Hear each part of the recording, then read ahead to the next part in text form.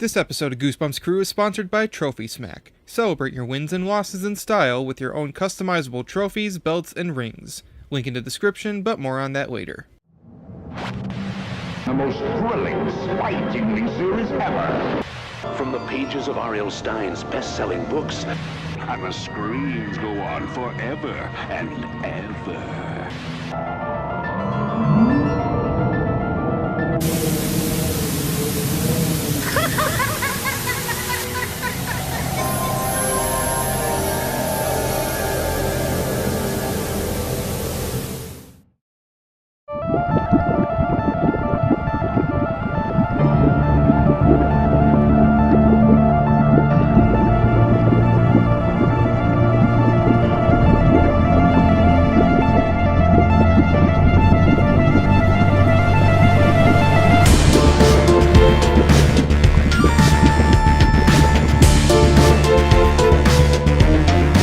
Greetings, Goosebumps fans, young and old, big and small. Welcome back to the Goosebumps Crew Podcast. As always, I'm your host, Isaiah Vargas, also known as the Goosebumps channel on YouTube, Twitter, and Instagram. And I'm joined, as usual, by my Goosebumps bros, Goosebumps Aussie fan Bjorn Panlick, Shawin Nick Shaw, and the ultimate Goosebumps man, Micah Lilliquist. And we're very excited because we're back with another episode retrospective. That's right, we're going to be talking about another episode for the Goosebumps TV series. This case, it's Welcome to Dead House, and we're very excited because we have Ian Clark joining us tonight. He played Mr. Dawes in the episode, and we're very excited to have him.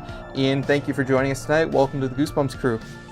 Thank you very much. I'm delighted to be here. Absolutely. So, of course, we're going to be talking about Welcome to Dead House, which is the 20th and 21st episodes of the second season, and it's based on the very first Goosebumps book ever made. So we're going to be talking a little bit about that. But first, if you guys are not subbed to the Goosebumps Crew Podcast on YouTube, Spotify, and Apple Podcasts, then what in the heck are you doing? There's so much Goosebumps goodness that you could be experiencing. Please make sure that you go and subscribe, because this is episode 13, and that means there's 12 other episodes that you guys can be watching. We've had such amazing guests, including most recently Cal Dodd, the voice of Slappy, but we've also had Tim Jacobus, Matt the Wild, Alan Doucette, Chris Zeffro, and Sam First of Trick or Treat Studios, Kai Eric Erickson, and Scott Wickware. So if you guys love Goosebumps, make sure you go check out the Goosebumps Crew Podcast on YouTube, Spotify, and Apple Podcasts. And for news from the world of Goosebumps this week, a brand new photo that is speculated to be from Cosmic Forces. It was in Cosmic Forces' Discord server of the brand new Goosebumps video game, Goosebumps Terror Tower, has just been released. Now, not much is known about this video game yet. There's no details about what it is, when it's coming out. All we know is that, well, I guess we do know when it's coming out. It's coming out summer of 2024. We don't know anything other than that, but this poster shows some really cool stuff on it. It's a really cool looking poster, and we're very excited, but we don't have any news other than that yet, but we will keep you updated.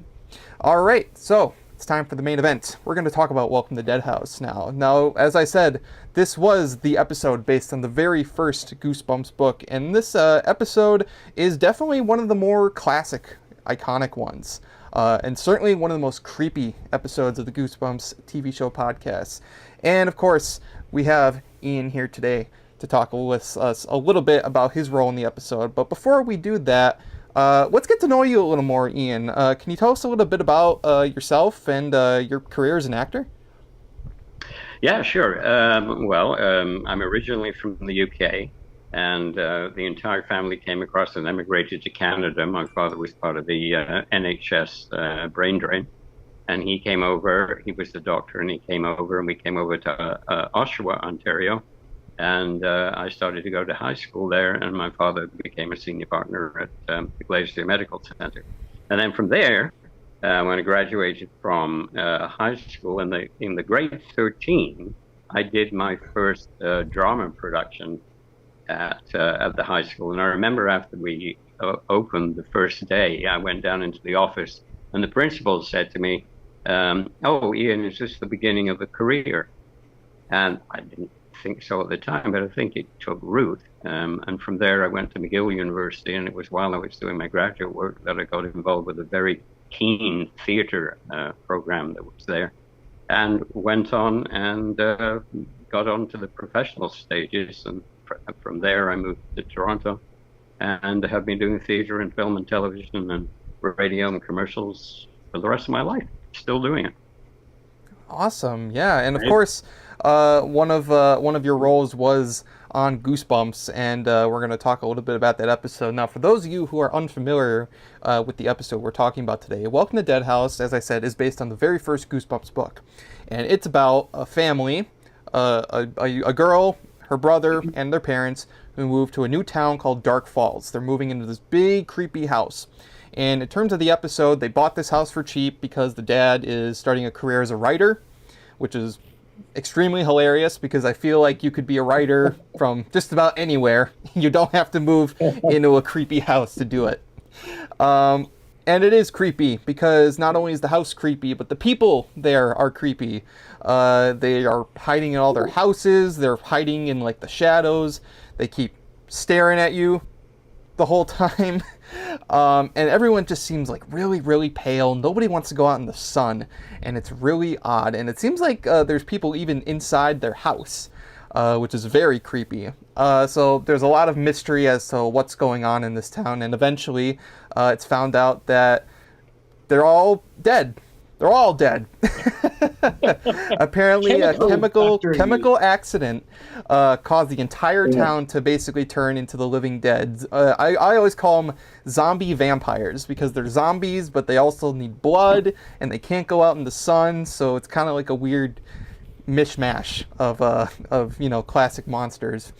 So it makes for a very creepy situation because instead of having like one undead thing coming after you, you have a whole town of these things that are ready to pounce at any moment.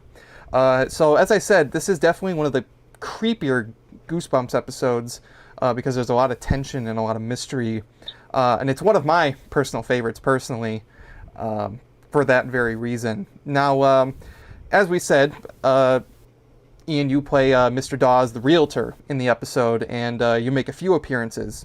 And I guess we might as well talk about the first appearance of you in the episode, which has always been really funny. It's when Amanda, the main character, goes upstairs and she's like looking, because she sees someone looking through the window when they first pull up. And they're like, I'm pretty sure I just saw somebody up there. So she goes upstairs and she's looking out the window, and then all of a sudden you see Mr. Dawes is standing there, and he turns around, and that's like super scary. It's like, ah! But then he turns on the light. And wait, how did that go? How'd that go? Ah! Oh man, I love that line though when you come in. Sorry, I startled you. Oh man, it's just such a good opening line. I love it. And all you see, first of all, is the hand coming through, the hand and the arm coming through. You feel, what's that? Who's that? And then, and then just like turn on the light, and it's like, I'm sorry, I didn't mean to scare you. It's like, oh, okay. But yeah, so this is our introduction to Mr. Dawes. He's the realtor, and at first he's a pretty nice guy. He's like, hello, nice to meet you.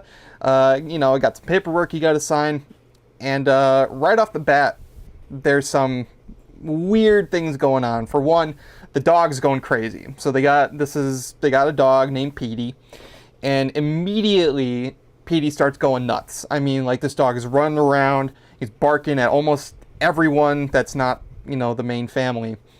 And Mr. Dawes is visibly like shaken. At first he's kind of like what is this dog gonna do, but obviously it could be anything at this point. So they go downstairs and they pull out this wreath. So the mother pulls out this wreath and she's like, this is a good luck charm, and nobody likes it. They're just like, it's ugly. Like, I think like Josh says, I think it's ugly.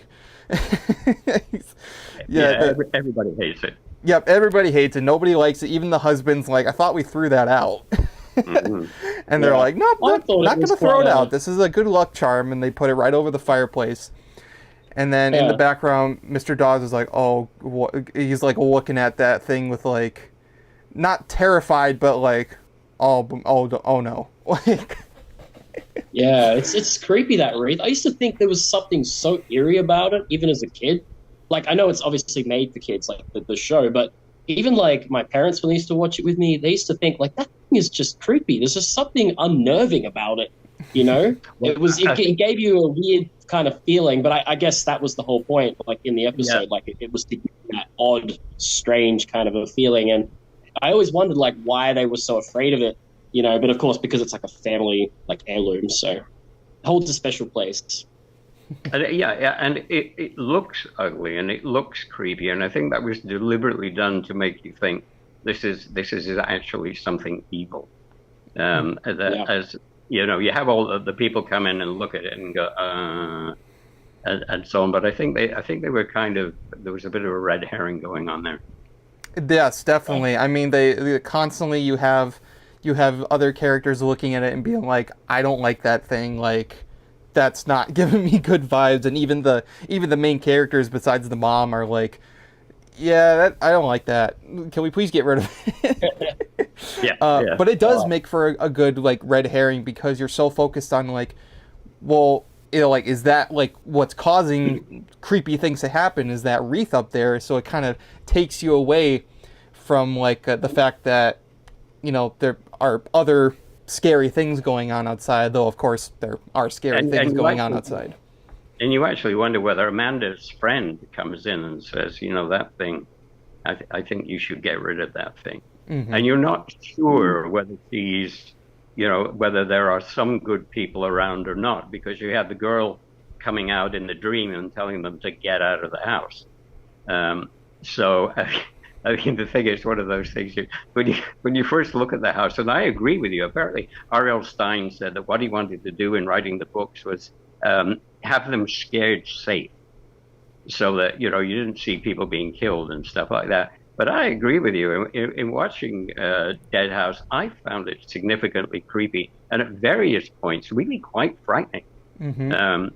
You know, especially at the end when you have them all coming after them, and the hands coming up through the floorboards and coming out and pulling them down and trying to eat. And even the cemetery scene when they're running after them there and trying to get them and pulling them away.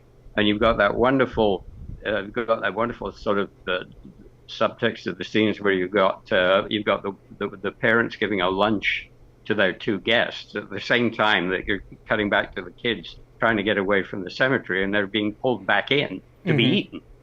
And I remember thinking, if I was younger, I could feel the hackles rising on the back of my neck, even as an adult. Absolutely. Yeah. Well, and go ahead. But that episode has a really cool atmosphere as well, because it almost like, it's not black and white, but it almost has that kind of vibe to it, because it's very desaturated, and it's a very gloomy atmosphere throughout the whole episode. They really sell that this place is like, you don't want to live in this town, because it looks like completely ramshacked and just like desolated. Honestly, if you really drove through there, they made it look like nobody's lived there for years. And I don't know if that was like an actual location in Ontario or if it was like a set. It must have been. I was trying to remember. I was trying to remember where it was, because I mean, it's been over a quarter of a century now.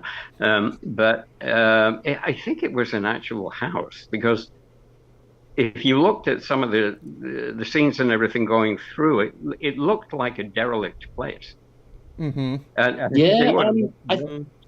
One of the lines that was quite funny about it was that the father says, "Oh well, we'll fix it up." I thought, he's got a heck of a lot of work, and you're not going to get much writing done. Well, it's funny because they're like all this talk about realty and buying houses. It's like, yeah, you got the house for cheap, but if you're going to fix it up, that'll cost you.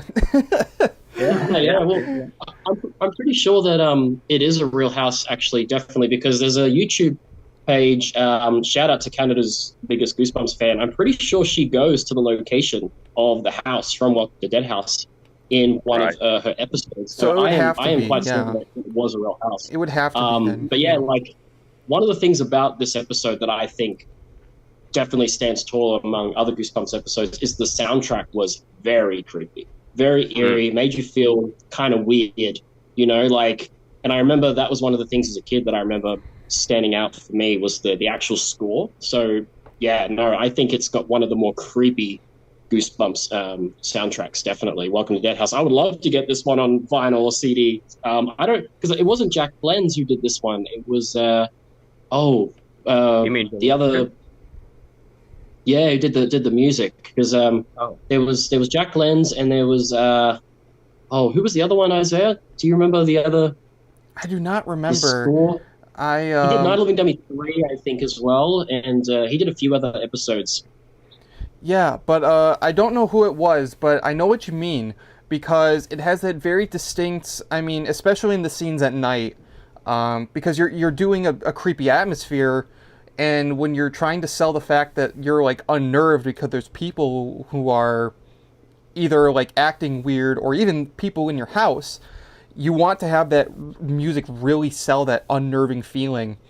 And there's, like, times where, like, I don't know what it is, but it have almost like a really like high violin noise, and it would just kind of like descend and go like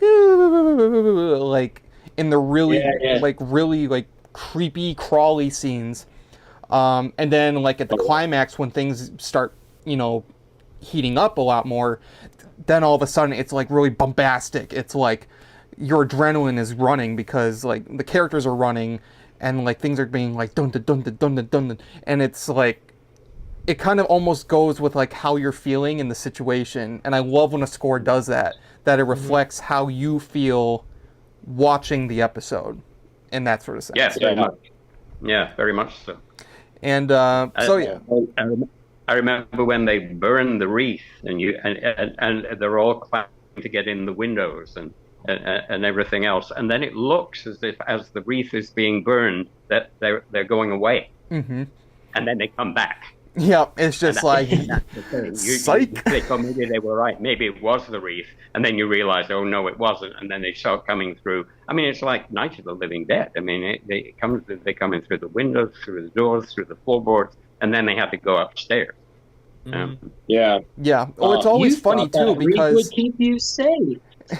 I love that line. Well, that's funny, too, because it is very Night of the Living Dead. It's very...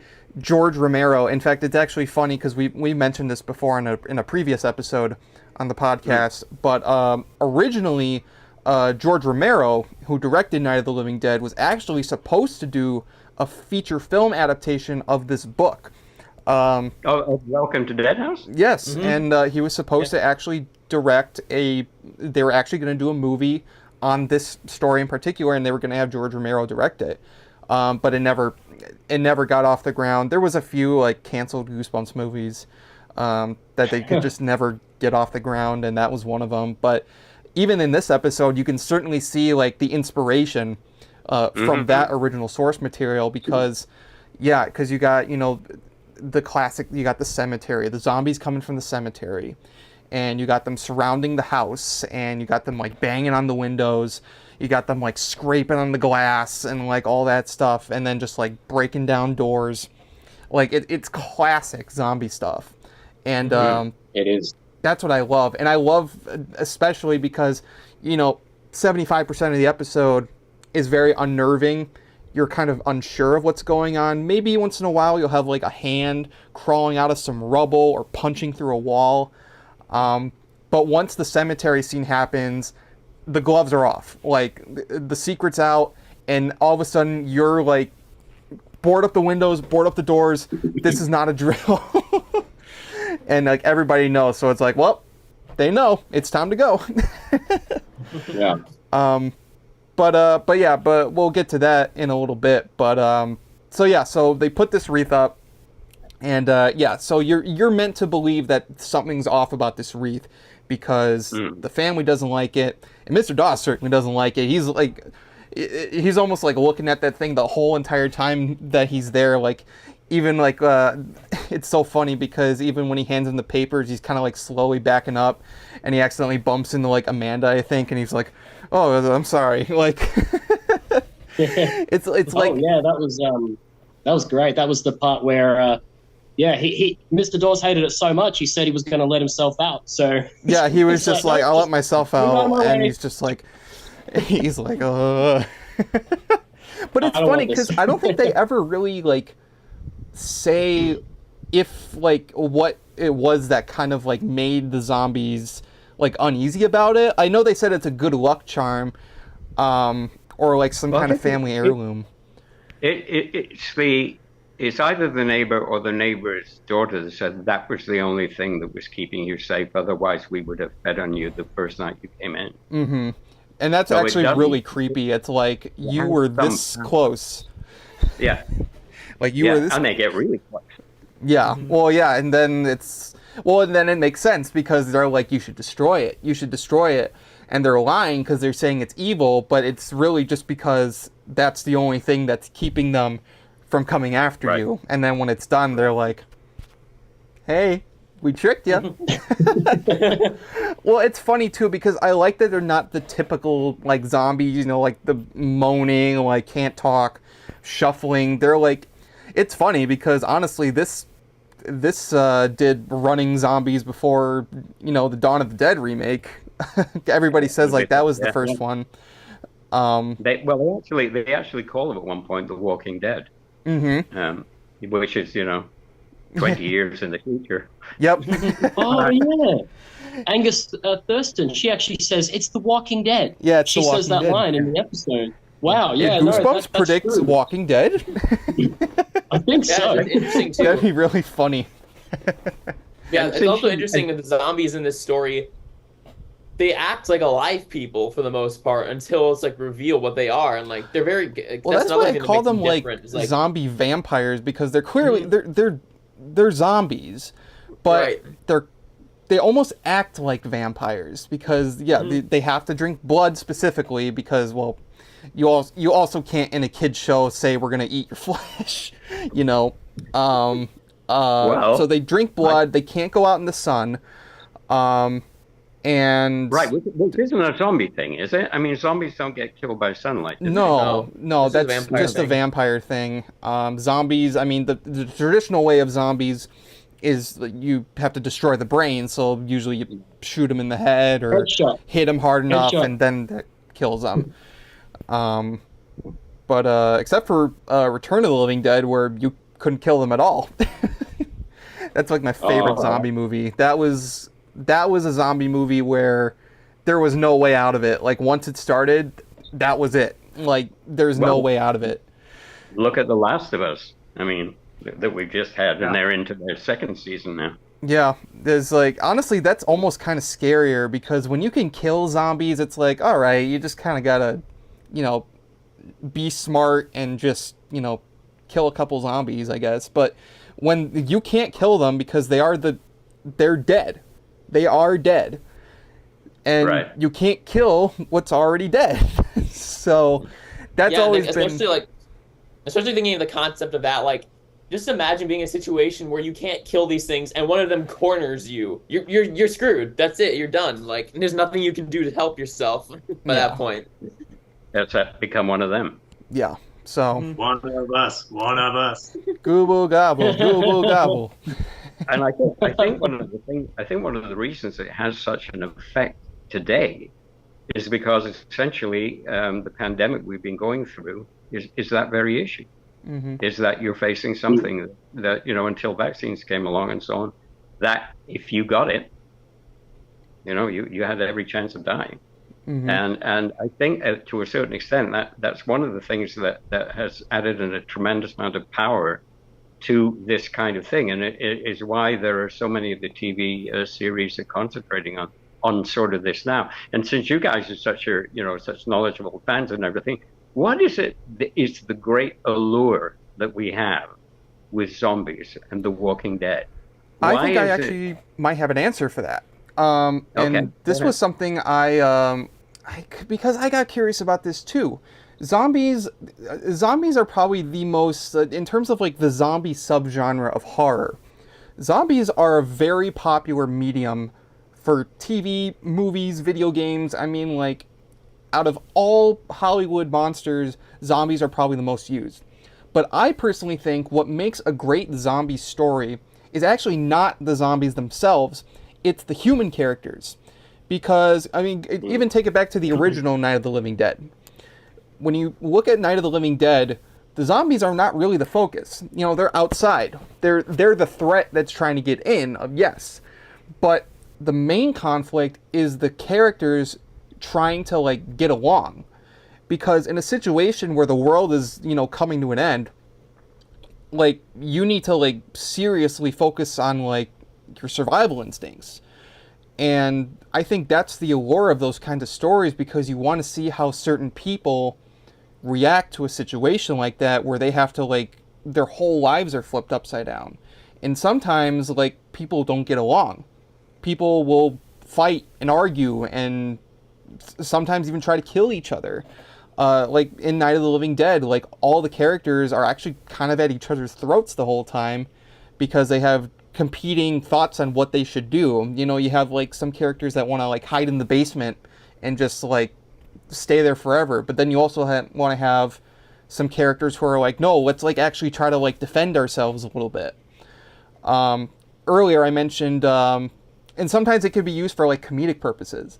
Earlier I mentioned Return of the Living Dead. It was a 1985 movie by, I forget who directed it. I think it was Dan O'Bannon. He was someone who worked on Alien. But that was a horror comedy about zombies that really leaned into the comedy. It was about two guys, I'll give the abridged version. It was about two guys that accidentally leak a chemical into a medical warehouse. And this chemical was developed by the Army, but it was super dangerous, because when it passes by anything that was ever dead, brings it back to life, and you cannot kill it because it's reanimated. It's not alive. And it brings, like, and no matter what they do, everything they try to do to stop it spreads it. It's not like a virus. It's like, I don't know how to explain it, but basically everything just goes from bad to worse. The two guys that release the gas actually inhale it themselves, and they die right away. And they don't know it until later that they're actually zombies, until they turn. But the whole time, these characters they have to find a way to, like, band together. And I think that's the great thing about zombie movies, is because unlike something with, like, werewolves or vampires, these people have to really, like, use their heads, and they have to figure out a way to work together if they want to survive. And if they don't, then it's every man for themselves. That's my personal thought on those stories. But yeah, as well as, like, talking about that kind of storyline, this isn't a zombie movie per se, but it's another storyline that kind of involves characters, like, being trapped in a world-ending situation, have to work together. Stephen King's The Mist is another really good example of that. Yeah, that was great. They did a good job with that. And I think The Walking Dead kind of said it perfectly. Fight the dead, fear the living. Mm-hmm.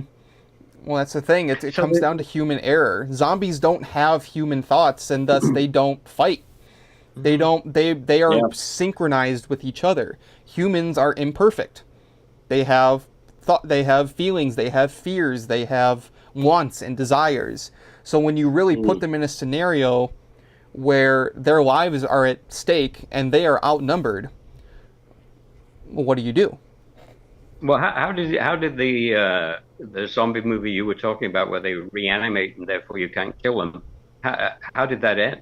How did you beat the zombies? Or did you not? There are, in that movie specifically, the sequels, there were many sequels, and they tried to kind of try to explain some things away. But in the original movie, they're reanimated bodies. So if you try to, if you cut off an arm, it becomes independent. The arm moves on its own. And you can even, they even do a scene where they're you got to destroy the brain, because apparently in this movie, Night of the Living Dead is a movie that exists in that universe.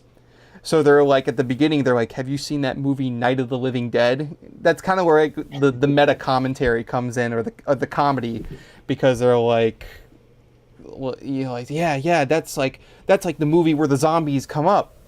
But then this is a movie about, zombies that arise, so it's there's a whole behind the scenes thing as to why that is, but irregardless. So you could destroy the head, saw off the head, saw it in the millions of pieces, but it will continue to move. So the only way that you can technically kill it is to burn it, and they take it to a crematorium, and they burn everything. It's completely ash. But that's honestly the worst thing that you could do, because when you do that, the gas that brought it to life comes up in the air, and then it comes down as rain. So that's what happens. The rain comes down, and that's what brings all the zombies in the cemetery to life. So, whoa. yeah. I gotta watch this movie. And you can shoot at them. You can shoot. You can stab. They run too. They run. They run really fast. And this sounds great. It's a great I gotta movie. watch this movie. We don't want to get too sidetracked because we're talking about Goosebumps. But if you have not seen Return of the Living Dead, 1985, please check it out. It is one of the best zombie movies ever made. One of my personal favorite horror comedies, because it is a horror movie, but it is super funny. It is hilarious. Of course. But then you got Shaun of the Dead too. That's a good. Shaun of the Dead was a great zombie comedy as well. But I guess to wrap that up, how it ends is, so you're in this unwinnable scenario. And how it ends is they basically call the army, because that's where that gas came from, so they call the army. And they have, like, nowhere to go. They're, like, stuck. Half of the people that were in this movie are already dead. So they're like, okay, we're going to call the army now and figure out. And it goes to this general, and he's like, okay, so where are you located? How many are there? And what did you all do? And they're like, okay, we'll break that down and we'll take it from here. And he goes to a computer, and he says, yeah, we found them, but they hatched. That's what they say. They're like, we found the Easter eggs, and they hatched. And basically, they throw a nuke at the town. They nuke the whole town. But again, you can't burn them because it just brings it down in rain. So we're basically just left to believe that it's the apocalypse. And that's where it ends. Right. Okay, so let me tell you, in the end of Welcome to Dead House, what do you think happens in the end? Well, at the end of the episode, because it's different from the book, but the episode, and this was always something that confused me, because yes, you have the whole town coming after them. They're all up in the attic, and the kids find out that they finally put it together that they don't like sun.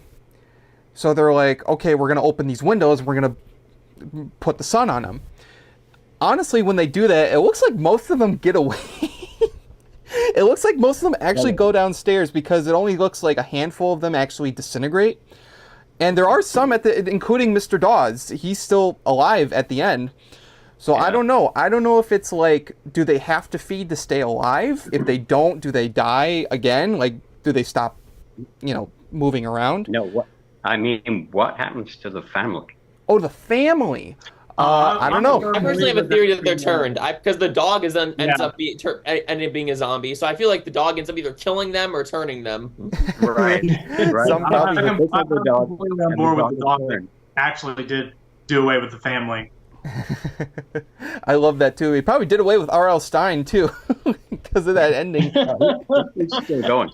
I love that he's like, "You're acting now, right?" It's like, yeah. Right at the end. Well, see, the thing is, now if the dog did turn them, now it's spread to another town because they left. Right. So, that's right. Yeah. The dog turns Now them, it's they go spreading out. Yeah. Yeah, and that's terrifying. But also at the same time, it's, they can die in sun, and I don't know. Hopefully they go to a place that's, pretty well shaded. Did you ever watch I Am Legend? So it's kind of similar. They kind of had zombies, but they didn't die in sunlight per se, but they were not fans of it either.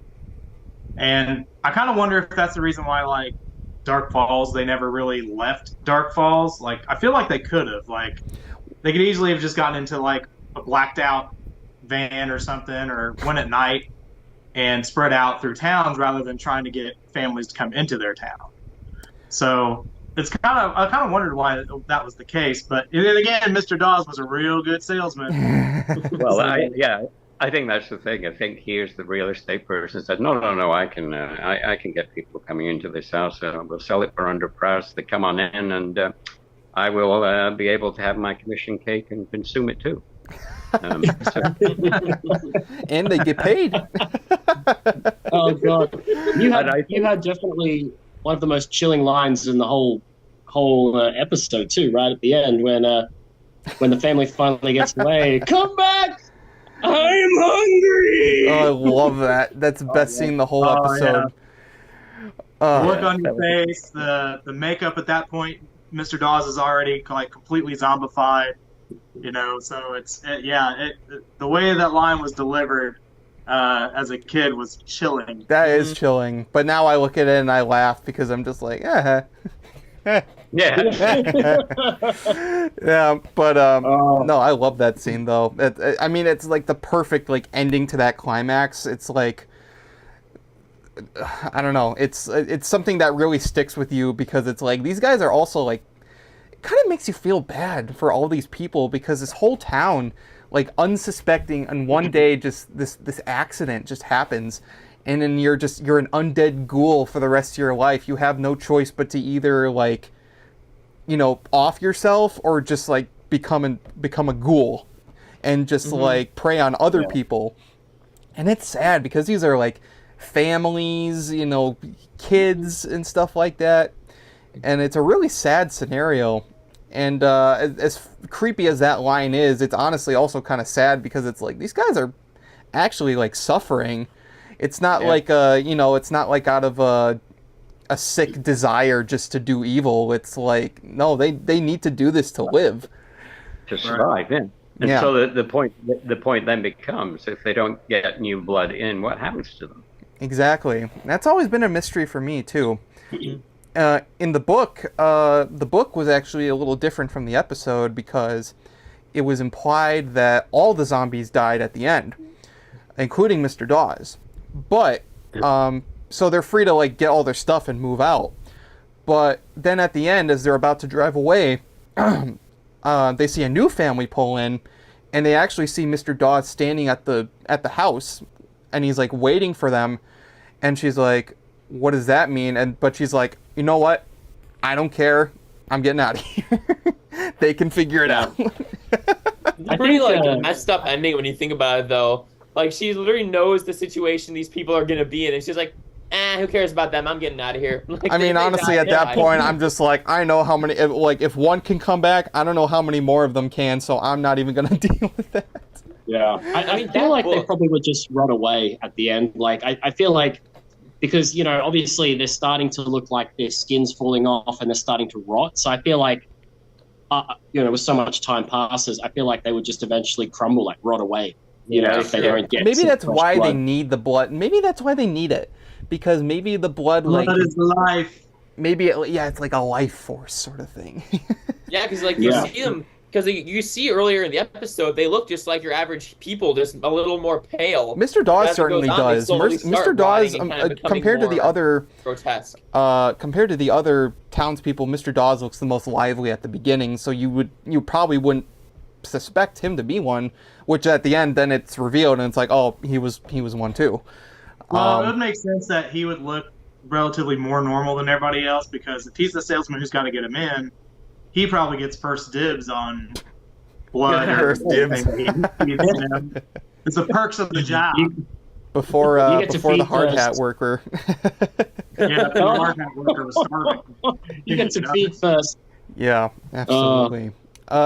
Another creepy scene. So, as we said, there's a lot of tension in this episode because Amanda's really the only one that kind of is like really knowing that there's something off. Josh is kind of too much of a, in the episode's words, too much of a brat to really like catch on to any red flags.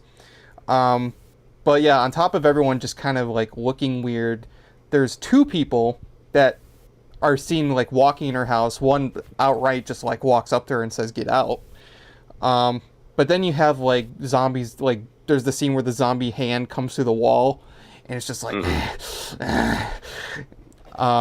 and it's, and obviously the dog is going nuts. Like every person the dog sees, like it barks at, and it's like, well, that's kind of odd. Well, you know that from any of the horror things. I mean, even the Terminator or anything. If you want to find out if there's something bad going on, You got to have a dog. Gotta have a The dog. always knows.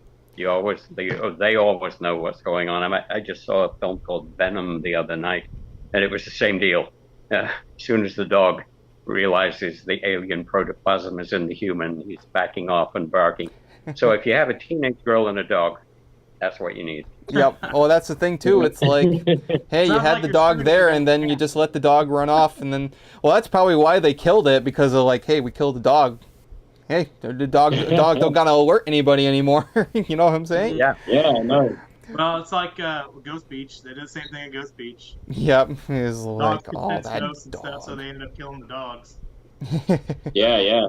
Huge credit to the cinematography on this episode, man. Like, huge credit to the cinematography. I love Yeah, he like nailed it. the loose camera. I call it like the loose camera method.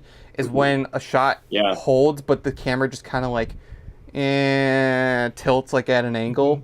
And they do a lot of that with Yeah. shots of the house. So like the house would kind of just like Yeah. tilt in establishing shots. Yeah, so Now that in you other mention words, it, you have a feeling of being off kilter. Like off, like Yeah. you're uncomfortable. There's no, Yeah. You're not seeing stuff the way you normally would. Yeah. yeah. No, I mean, it's all great. that Like, happens subliminally when you were talking about the soundscape and everything else. When you add all of those things, you're not necessarily aware of them at the particular time. You just feel uneasy. Yeah, Right. absolutely. Well, and this then that's episode what does that a lot. horror should do. Even horror for kids makes you feel uneasy.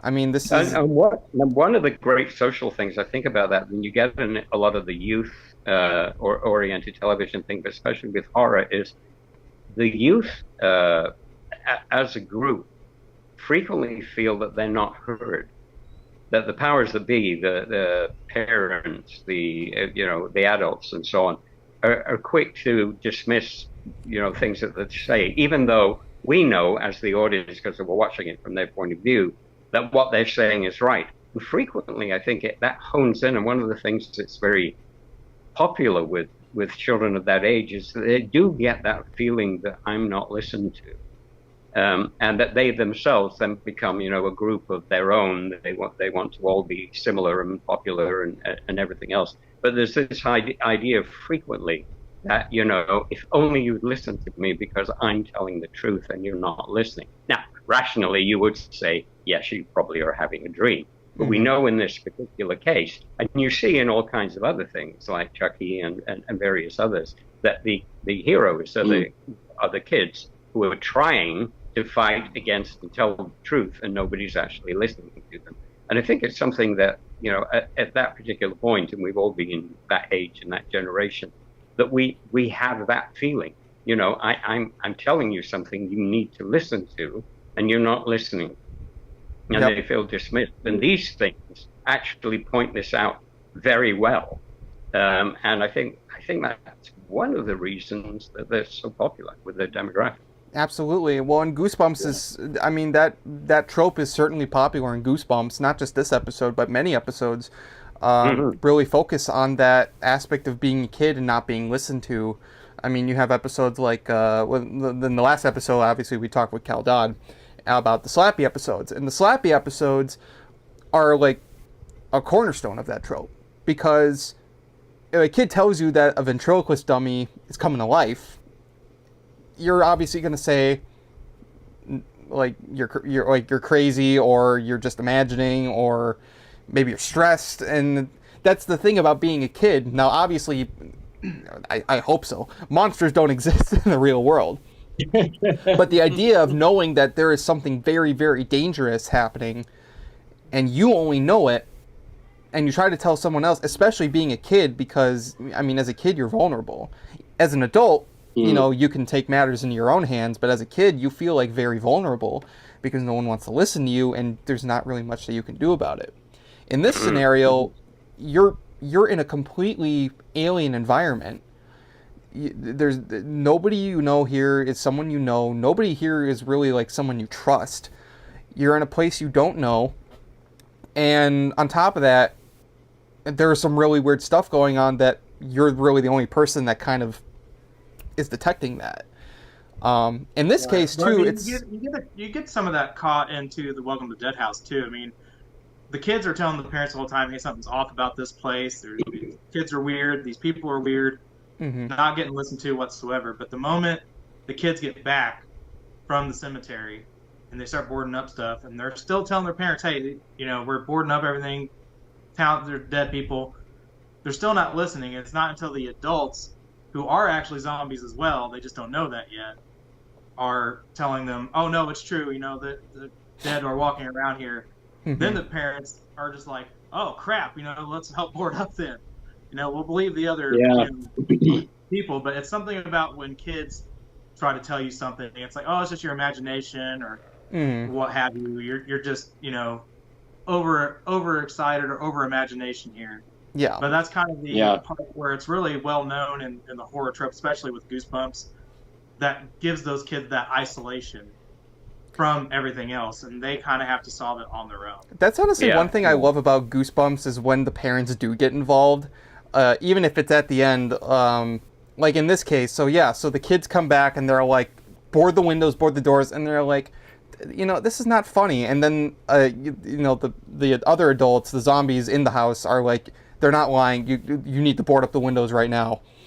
And even then, they're still kind of like, is everyone going like crazy or something? I think that's one of the lines is like, is everyone going crazy? And they're just like, look out the window. Opens the window. They're like scraping on the windows, and they're like, block that window right now. So it's like, you believe. Share. Yeah. The neighbors next door didn't want to share. They're like, yes, they're right. Board up the windows. You thought that Wreath would keep you safe. I remember thinking as a kid, like, did they just not want to share them? They just wanted more to themselves. They're like, if we board up everyone else outside, we get more. I mean, I don't blame them. If you're watching, you were awfully stingy in that episode, Marilyn. If you're watching this one, awfully stingy. Well, I mean, also the odd reaction of the parents when they're told by the guests they have for lunch. Oh yes, there are Walking Dead outside. I mean, the normal reaction to hearing that there are Walking Dead people outside is not, well, board up the windows. It would be, what? Yeah. They're like, what are you talking about? There are Walking Dead people outside.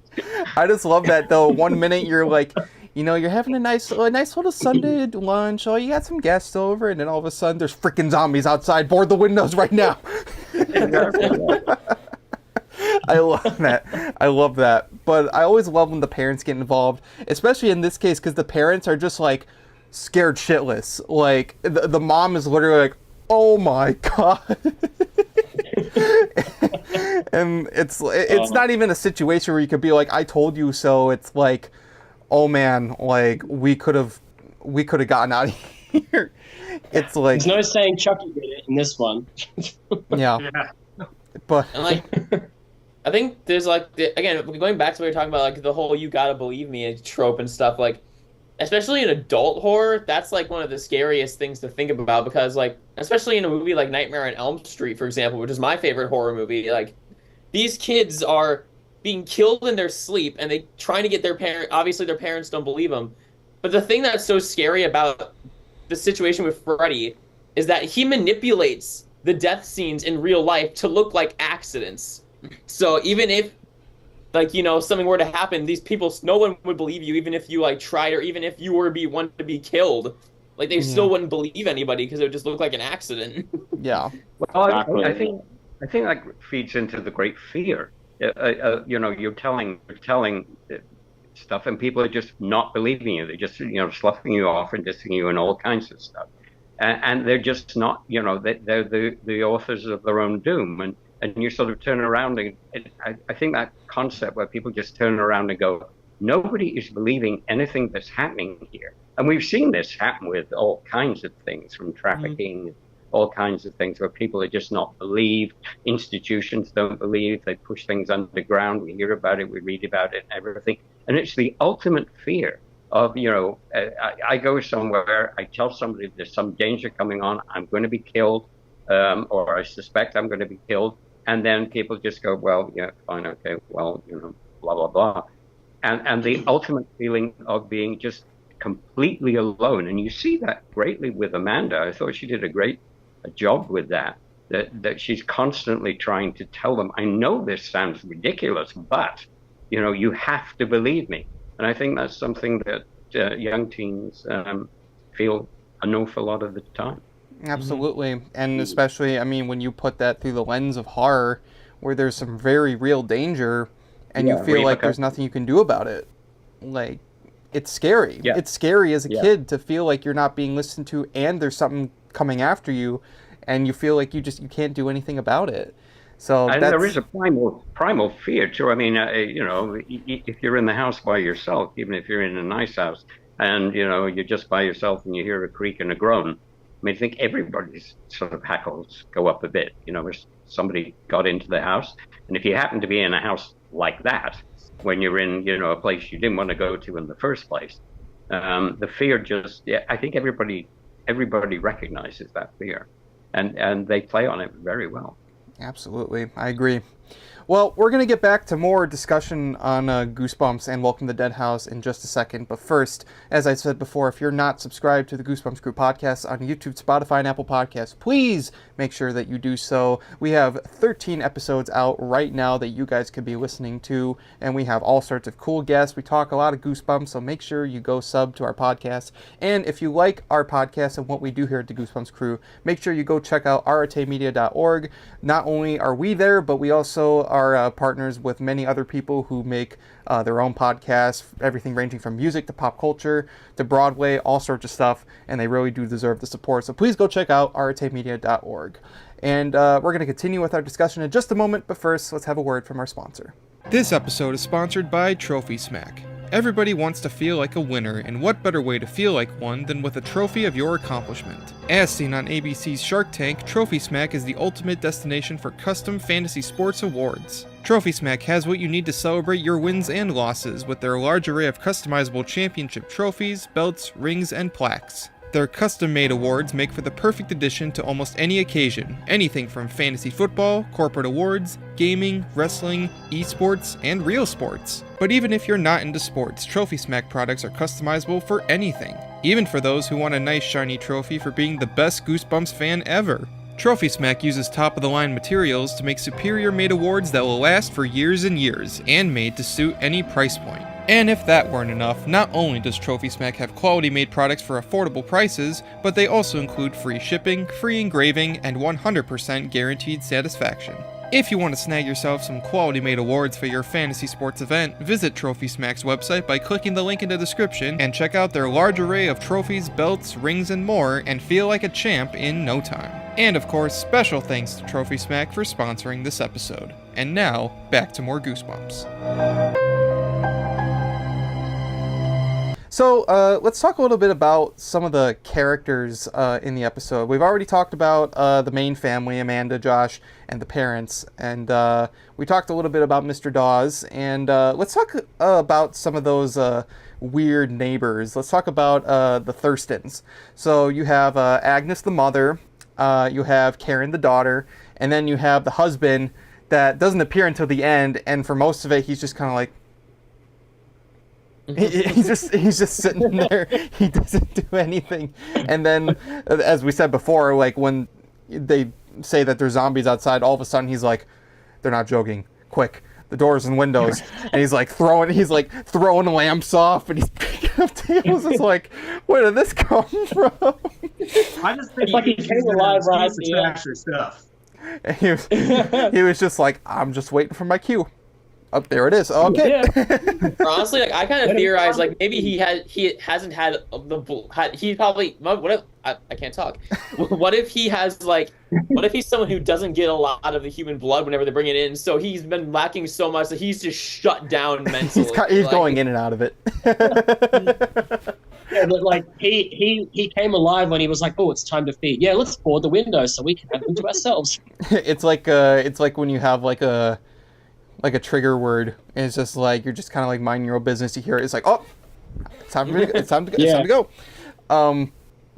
No, so we got obviously the mother we're introduced to first of the neighbors, and it's so weird. She just comes in when the moving people are here, and she just is like, "Hello, I brought desserts."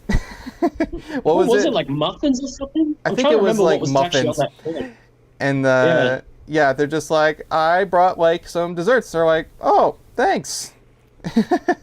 And she's like, "Well," and she meets Amanda, and she's like, "Hey, I have a daughter too. You should probably meet her." And they also do the thing where she sees the wreath too, and she's going from like, oh, it's so happy to meet you. It's so happy to meet you. But again, it adds to that unnerving feeling because you're like, why does everybody not like that wreath so much? So it adds to your intrigue, and you're like, oh, I wonder like what that all means. And then we meet the daughter later. I think it's when they meet like all the kids, like all the neighborhood kids surround them, and then she shows up along with Ray. Ray is another character. He's first seen in the house, just like walking around. You don't know who he is yet. And then he appears the next day, and he's like, hi, I'm Ray. And she's like, you were in our house. He's like, no, I wasn't. I was in your house. And like, honestly, the kids are just kind of like, do you want to play baseball? We're thinking of having a game. And Josh is like, oh, I love baseball. Let's do it. He's like, cool. Would they even have the energy to play baseball, though? Like, would they have the energy? I would just love it if they were actually like zombies, and the fact that like their limbs fall off, so like they try to throw a ball and their hand comes off. Well, I kind of feel that's why their performances were so like draining or monotone, is because they haven't fed in so long and they're just kind of weak. So I feel first Ray's kind of like direction they were given, but it's hard to say because I know there were some episodes we watched before. We watched every episode, of course, but there were some other episodes that where the acting wasn't like phenomenal from some of the kids, so it's hard to say if they were just directed to say do these lines monotonely. No, they're just really bad actors. Or just really bad. Because they're like Alan and a few others who we've had on have all said, they're pretty sure they used every kid in Canada for that show. So you just kind of you take a kid in Canada and it's like, hey, can you do this? Yeah, okay, come on, let's go. Let's do this. But so you meet Ray and then you meet Karen. And Karen's just like, oh, my mom told me we had new neighbors. And she's like, hi, nice to meet you. And then they all just, the sun comes out, so they're just kind of like, all right, we gotta go. And then they're like, but the sun's just coming out. He's like, maybe tomorrow. So, So those kids were crowding Amanda and Josh. Were they like ready to pounce? Because they looked like they were ready to pounce. And I mean, they're kids. They're not going to listen to the adults. Like, because they kind of like start really coming in, crowding them. And I'm like, very close. Yeah. Yeah, it might have been. Ready to, yeah. Might have been.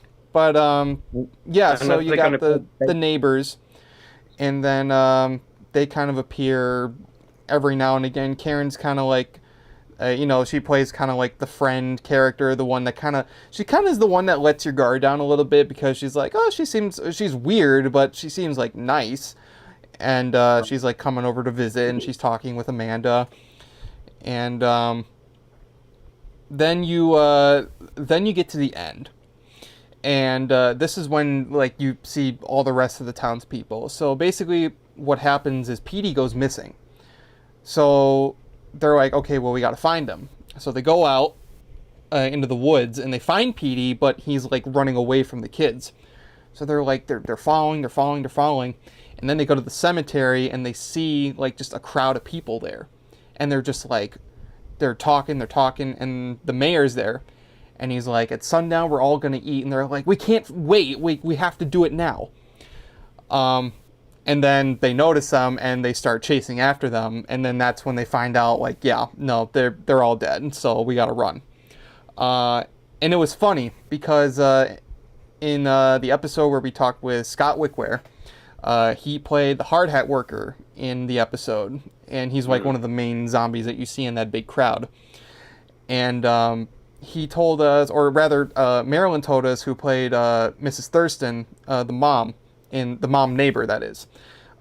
They told us that they, when they were doing that episode, their son was really scared of a lot of things, so they were like, "Oh, we'll just bring him to a Goosebumps set, and and maybe that will make him not scared." And because mom and dad are in the episode too, so it probably won't be as scary. And then the director called for, I think it was when they're in the house and all the zombies were coming out at the window, and they said that he was terrified. And they're like, and we didn't bring him any more Goosebumps sets. And then they had a party. Welcome to Dead House Party. Yeah, welcome to Dead House Party, and And then they traumatized all his friends. yeah. That was a great story. Man. I love that. But as we said it in that episode, Scott really did a good job playing a really scary zombie, because he's like the one, he's got like just, his eyes are bugging out of his skull. He's just like, don't leave, like, we need you. Mm-hmm. And then he's like grabbing onto Amanda, and he's like, ah, he's like trying to like bite her.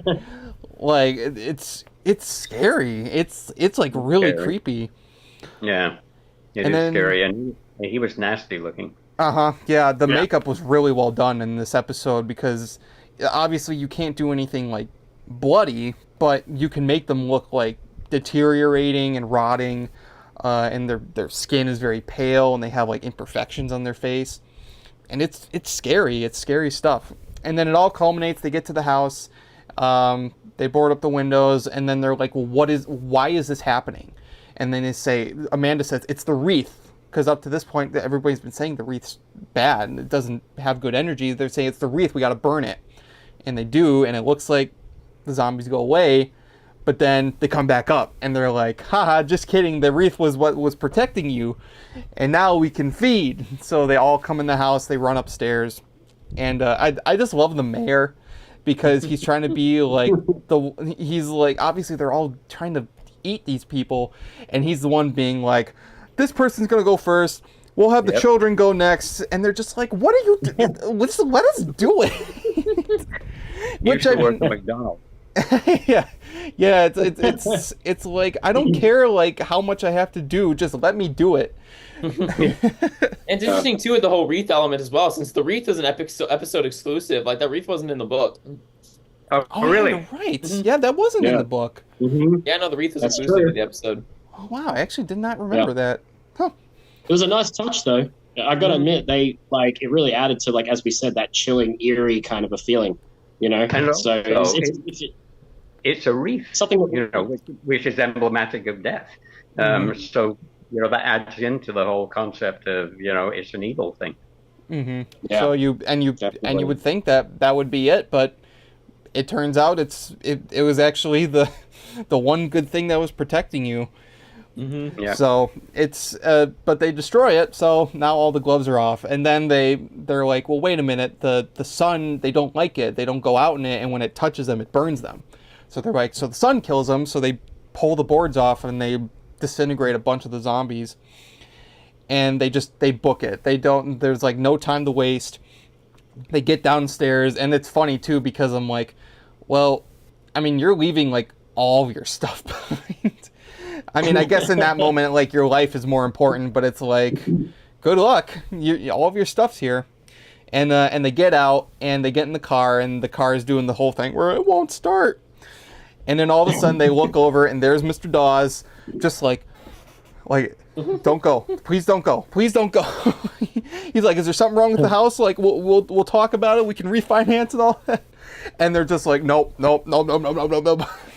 And they finally they get out, they drive away, and then it leads to that scene where he's just like, come back, I'm hungry, like that sort of one.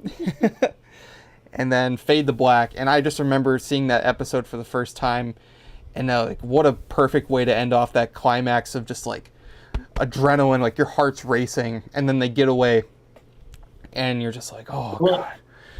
Or do they? Well, it started with Mr. Dawes, and it ends with Mr. Dawes. Like, he's the first one you see, really, and then he's the last one you see. Well, so they even say the I believe it was Mrs. Thurston is like in summary to like how they keep luring people is like, Mr. Dawes is a really good salesman.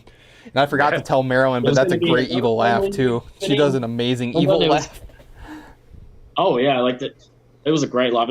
There was going to be another family moving in straight after. Like, I always wondered the time in between families. So once they feed on one, how long until Mr. Dawes gets the next family? You know, like, is it pretty instant, or is it like, you know what I mean? Because, like, how long do they have till they need to feed again? That was something I always... Well, again, it's creepy because unsuspecting people come here and then they just get got. It's a trap. It's a giant trap. Well, this is before the internet and Zillow and everything else, so, you know, he could just kind of fudge the record about who lived here and how long ago. Now you can have all that info. There's been hundreds online. of mysterious deaths at this house. Maybe there's something up with this town. And chemical accident nearby. Oh, that's another scene, too, is when they find out that there was a chemical accident because of the newspaper. So they call Mr. Dawes back. And they're just like, why didn't you tell us about this? He was like, oh, it was years ago. Relax. Well, I think he says, I probably should have known. Yeah, he's like, well, you should have told us about it. He's like, yeah, I probably should have. Well, see you later. Well, And then they're like, well, what? And then they're like, well, what about the thing that tore through the hole? He's like, oh, it could be a raccoon. You should get an exterminator for that. We got quite a few of them in town. Yep, we have excellent exterminators in Dark Falls. Yeah. See ya. Yeah. And they're just like, what just happened? I love that. I love that so much because compared to the first scene where he's like super friendly and helpful, and then just this scene where he's just like, it's fine. Super dismissive and like, hey, you signed the contract now. It's It's like, hey, you signed the contract. Look, it's on my hands. Well, I love the line about, you know, we've got a lot of exterminators here in Dark Falls. The whole place is exterminators. Yeah. Technically, No, they don't exterminating exterminate humans. Yeah. Yeah. Anyway, so they get away and they're driving down the street, and the dad has a really funny line. He's just kind of like, I guess no one wants to stop for lunch, and they're like, nope. Yeah. Keep going. But then they find Petey. He's just sitting on the side of the road there like a good dog. And then they let him in, but then they find out that he smells really bad, and then he turns gray, and he's dead. So, yeah, I don't know what happens after that. For all I know, they never really escaped Dark Falls. That's right. Yeah. A new family joining the fray. We nearly got a Holidays from Dead House. We nearly got a sequel, and we would have found out exactly what happened if it followed with the same family. Well, sequel to the book, that is, but yeah, still. They do successfully escape, so I mean that's not really ambiguous there. Yeah, the book has a more open-ended but still very finalic ending. But the episode is just you can imagine that it probably didn't go well for them. Mm-hmm. Oh yeah. Well, you could see an empty van on the side of the road, and then just see Josh going off to play baseball. Yep, just be like, well, I guess how about that baseball game then? Going back to Dark Falls. Yep. Going back to Dark Falls playing baseball. Because no one ever escapes Dark Falls. So who converted Petey? Yeah. What was that? Who converted Petey, the dog? I don't know. Could have been anyone. Oh. I mean,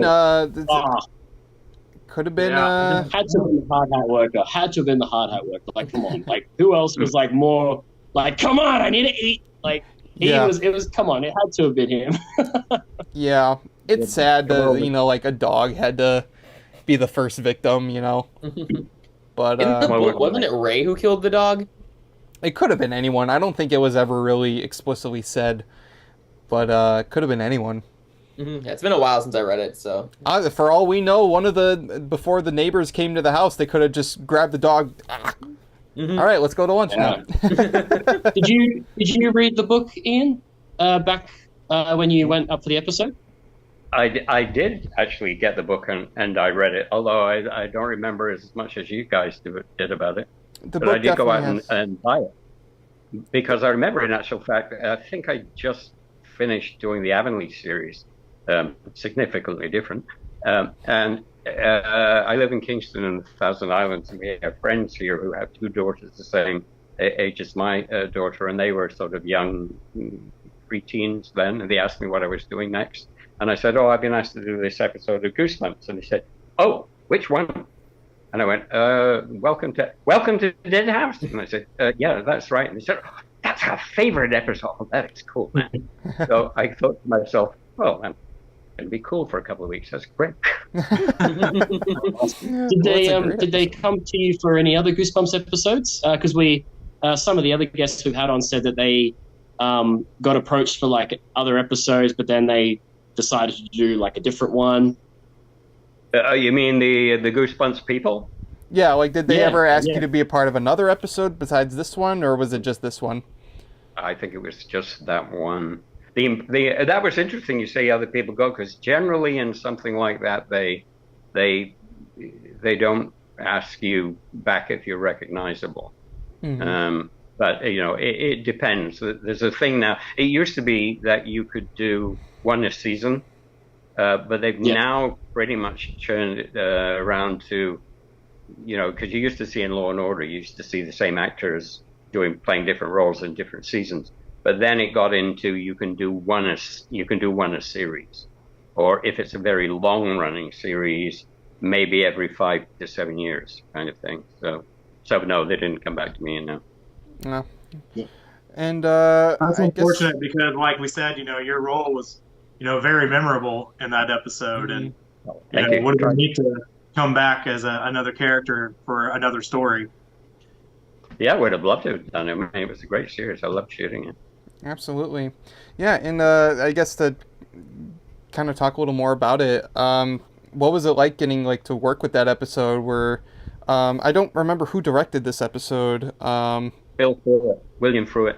William Fruitt. Yep, he directed this episode. And it was written by Dan Brown and Dan Angel and Billy Brown. Mm-hmm. I always get those names confused. But yeah, Dan Brown and Billy Angel.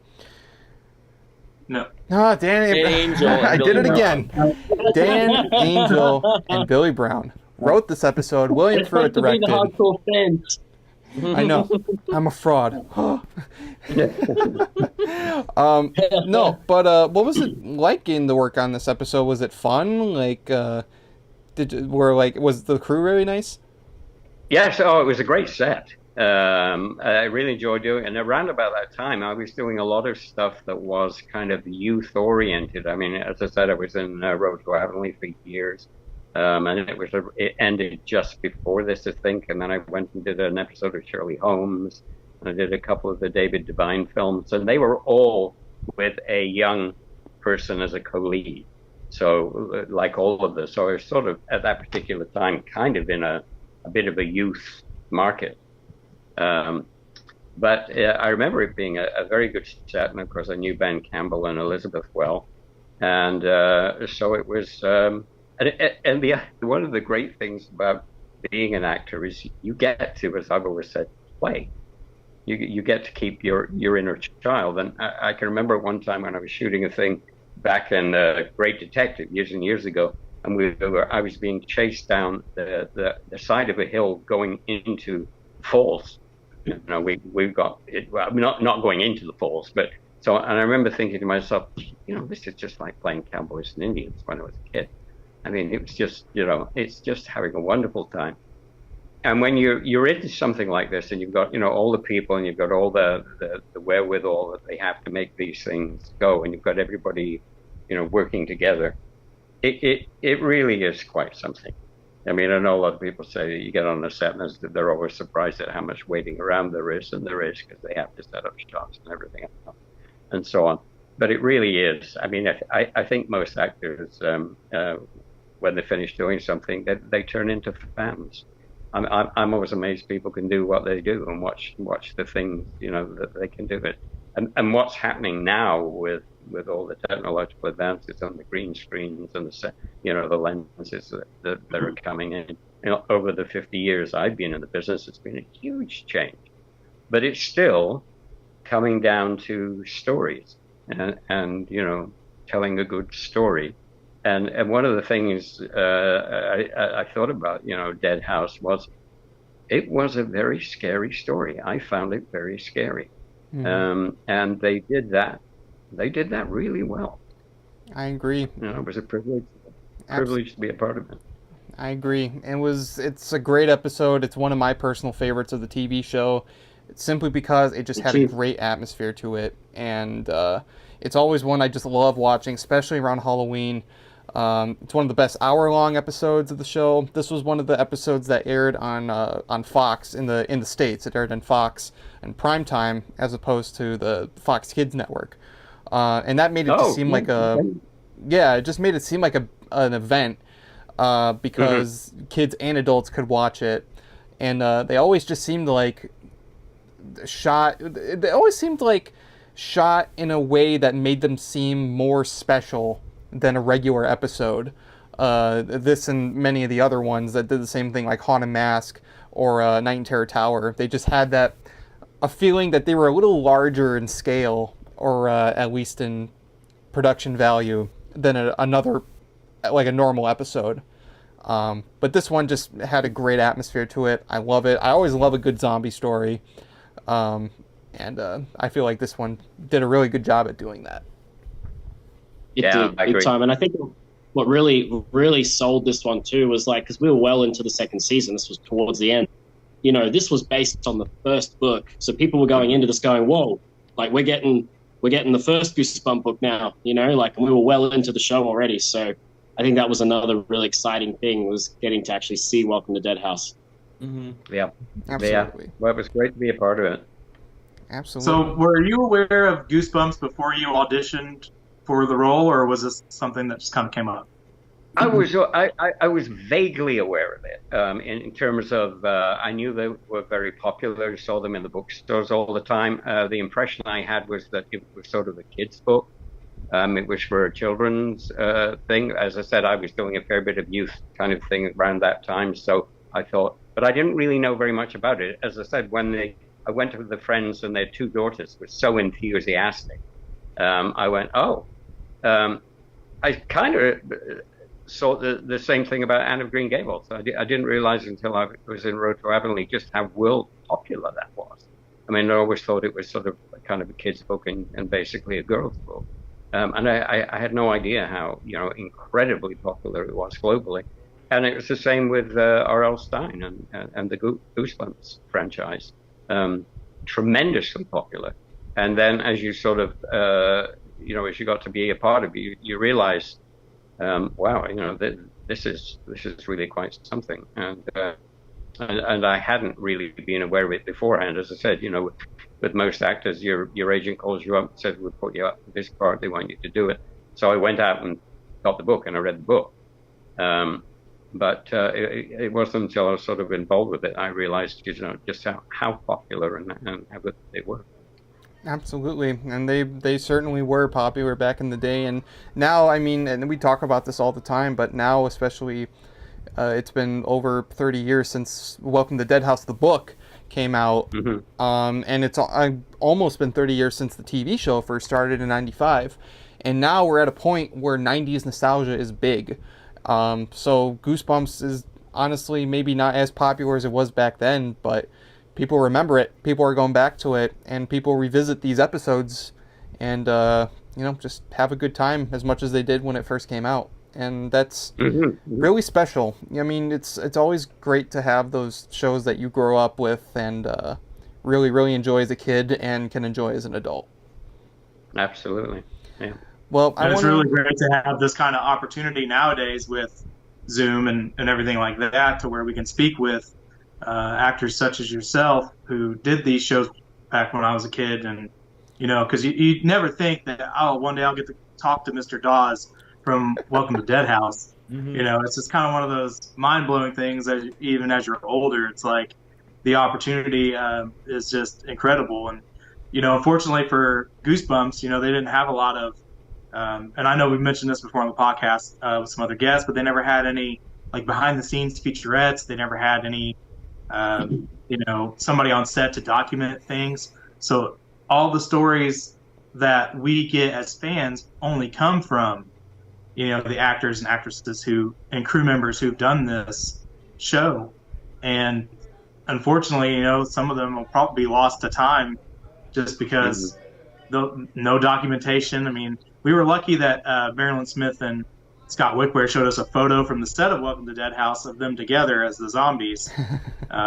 Just little snippets like that of behind the scenes, and they told us some stories about Scott throwing stuff down at his wife Marilyn, when they were on set, and she was trying to come upstairs and stuff like that. You know, just it's just stuff we wouldn't get without getting to talk with great people like yourself. Well, and it's also very good for us to hear the feedback from you guys and hear how, you know, things affected you when you were young and what you watched and why you watched. And you know, the reason we do these things is for you, for the audience. And so, you know, it's always good to hear the feedback from the audience, what they liked, what they didn't like, and everything, and what was important to them and how they felt when they were kids watching it and everything, because it's very important. Absolutely. Well, and with that, I think it's time to call it a night, and that's going to do it for this episode of the Goosebumps Crew Podcast. Ian, thank you so much for stopping by and talking with us about this episode. It was an absolute pleasure. Thank you. I thoroughly enjoyed it. More power to you all. Thank you very much. And, of course, be sure to subscribe to us at the Goosebumps Crew Podcast. Make sure to follow my Goosebumps cohorts, Goosebumps Ossigan, Bjorn Panlik, Shawan, Nick Shaw, and the Ultimate Goosebumps man, Michael Lilquist, on their social medias and their Instagrams. They really do deserve it. And, of course, give us a sub over here at the Goosebumps channel if you want to keep up with future episodes of the Goosebumps Crew Podcast and future Goosebumps videos. Next week, we're going to be chatting with Goosebumps completionists as we talk about rare and valuable Goosebumps books. Some from our collection and some that we would like to have in our collection, and some of the ones that are a little harder to find. So make sure you tune in for that episode next week. But until then, this has been the Goosebumps Crew Podcast, and from all of us here at the Goosebumps Crew Podcast, we want to wish you all to stay safe and have a very scary day.